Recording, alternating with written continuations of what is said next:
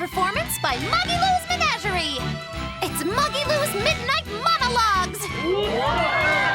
Wow, that's a huge crowd. What's going on, Muggy Lou? No one said a word to me about this. It's simple. The guest draws a topic card, and we have a discussion about that topic. And as your esteemed hostess, I'll be digging up each of your most embarrassing secrets. But don't worry, it'll only make you more endearing to the audience. So be grateful and fess up. So, now you know. I see. I didn't know we were going to be part of the show. This is all a little sudden for me. I'm not sure I can talk. In front of everyone. I don't mind. A swordsman is always ready to fight and to speak his mind. Leave me out of it. I don't see any point in talking in front of a... Bienfu has already warmed up the crowd. There's no escaping this. Bienfu is good at the most random things. But I don't want anything to do with this crazy... Velvet, you of all people should know the world is made up of crazy things and random happenings. It's easy to run away from trouble and hardship, but that can start a habit of running. Tell me, do you think a coward who runs away from all their fights will ever be able to get their revenge? I'm not afraid of anything. Your talk show doesn't scare me. That's the spirit! Just spit it all out! Tell it like it is! We'll give a part of a secret word each week, so be sure to stay until the end! Damn, how could I fall for that? Muggy Lou can be convincing. Gotta be careful. What's she going to make us say? It's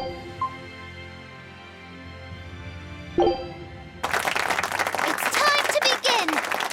What's in the cards for our discussion with this week's guest? Find out in the first ever Muggy Lou's Midnight Monologues!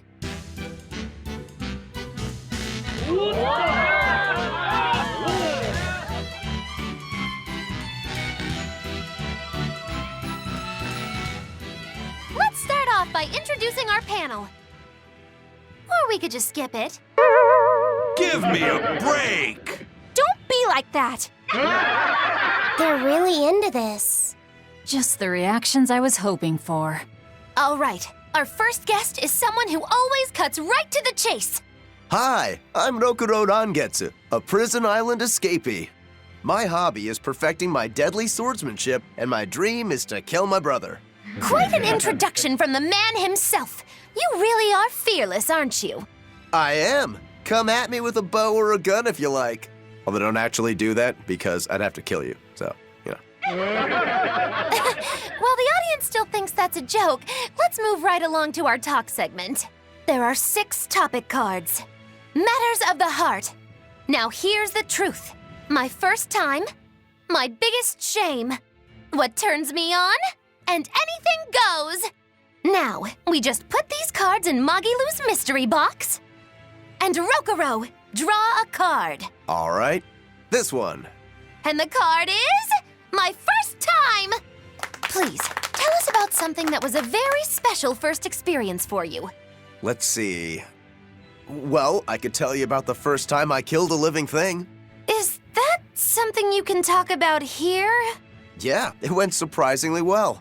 It started off by cutting the poor guy's head off with my first swing. Rokuro, I'm not sure this is appropriate. Next, I stabbed him in the stomach and sliced upward, spilling his guts out. Then I cut along his spine, peeled all his flesh back, and ripped out his bones. And that is how I prepared my first fresh mackerel. I thought you were talking about a person. Well, it's all the same, really. The only real difference... And that's all the time we have. Thank you for joining us, Rokuro. That's all? Oh, I was gonna talk about the first time I killed a giant unidentified monster. Next time, I don't want my show to get banned after its first performance. Last, give us your part of the secret word. Right. The secret word starts with B-E. Our next guest will be Eleanor. Yes, at your service. See you next week.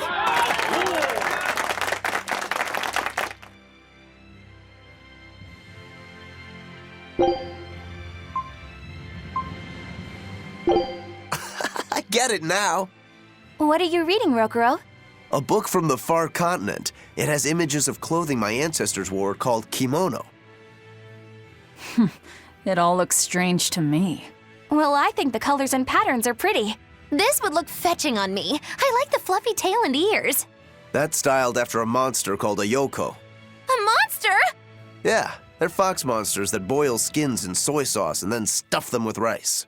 How horrible. Why would anyone do such a cruel thing? The book says, for success in business and for when they get hungry. All that for a little snack? Ugh, that's scarier than velvet. I think the outfit with the red skirt looks lovely. That skirt is called hakama and was worn by priestesses called miko. Oh, that sounds kind of like exorcists. Miko did drive away evil spirits, but they also let the spirits of the dead speak through them. It also says they were temptresses of men. They were a force to be truly feared. Tempting men and consorting with dead spirits? They sound like monsters more than exorcists. This blue outfit would look good on you, Velvet. A kunoichi outfit. Looks very practical. It was also easy to remove. A simple tug on the sash, a couple of twirls, and presto. It says the outfits were very convenient for bathing scenes. Huh? Why did they have to take off their clothes and go bathing all the time? The book says kunoichi used magic called ninjutsu to turn men into their puppets. Ensorceling men to control them? They sound like monsters too! Rokuro, was everyone a monster in your ancestral homeland? I can't say. Perhaps my blood is what caused me to become a demon. I can't help wanting to learn more. Indeed.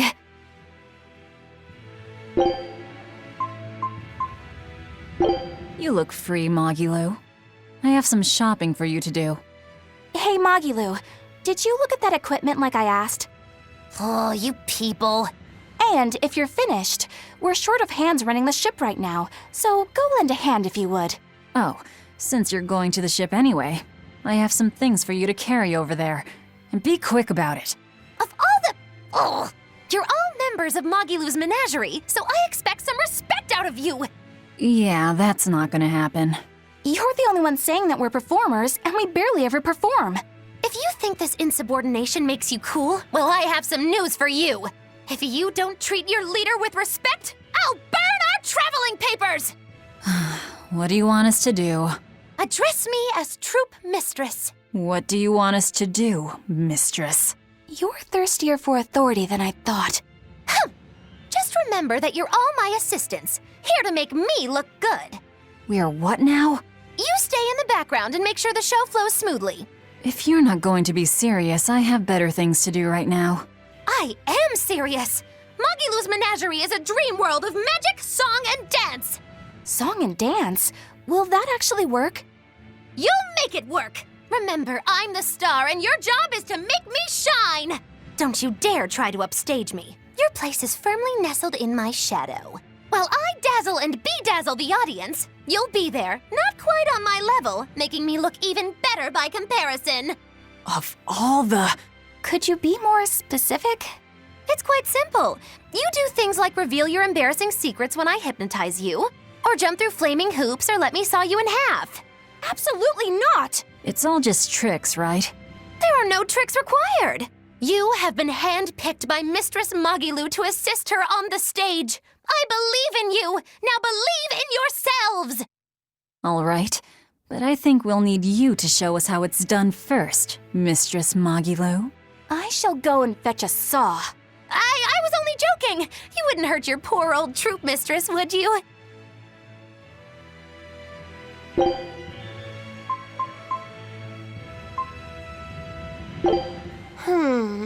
What's wrong?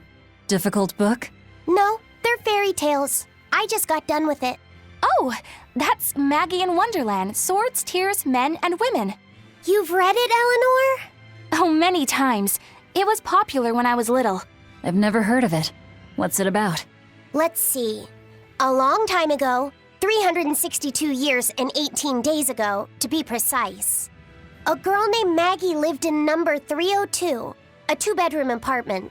Couldn't you just say once upon a time in a faraway land? The layout of the apartment foreshadows something that happens in the second half. This sounds too complicated. Just give me the gist. Well, Maggie cares a lot about her family, but is single-minded once she's got a goal. Sounds like someone I know. Who could it be? One day Maggie was hungry, and she took a kukri knife and went prickle-boar hunting. In the woods, she met a rabbit-eared boy carrying a clock on his back. Oh dear, exclaimed the boy to no one, his manner of speech rather peculiar. I shall be late for the 10 o'clock train. And with that, the boy leaped into a hole in the ground. So, Maggie jumped in after him, tumbling into an underground lake with a splash. And there she met a suspicious behatted creature who grinned and spoke. There's no need to cry, miss. Let me blow on your tears to dry them. This worried the girl. Just then, the rabbit boy came hopping up and held out his clock. He shouted, "Complete Chromatus, activate!" And Maggie was wrapped in strange armor. She defeated the creature and spent the next 10 years uniting the land under her rule. Through her conquest, she gained vast riches and power and lived happily ever after. It makes so little sense. But that's what kind of makes it stick with you. Indeed, people still memorize it to this day, even though it seems meaningless. I wish I could ask the author what it all means. This is all news to me. It was just some nonsense I jotted down. I had no idea it had become a bestseller. There's no real point to it.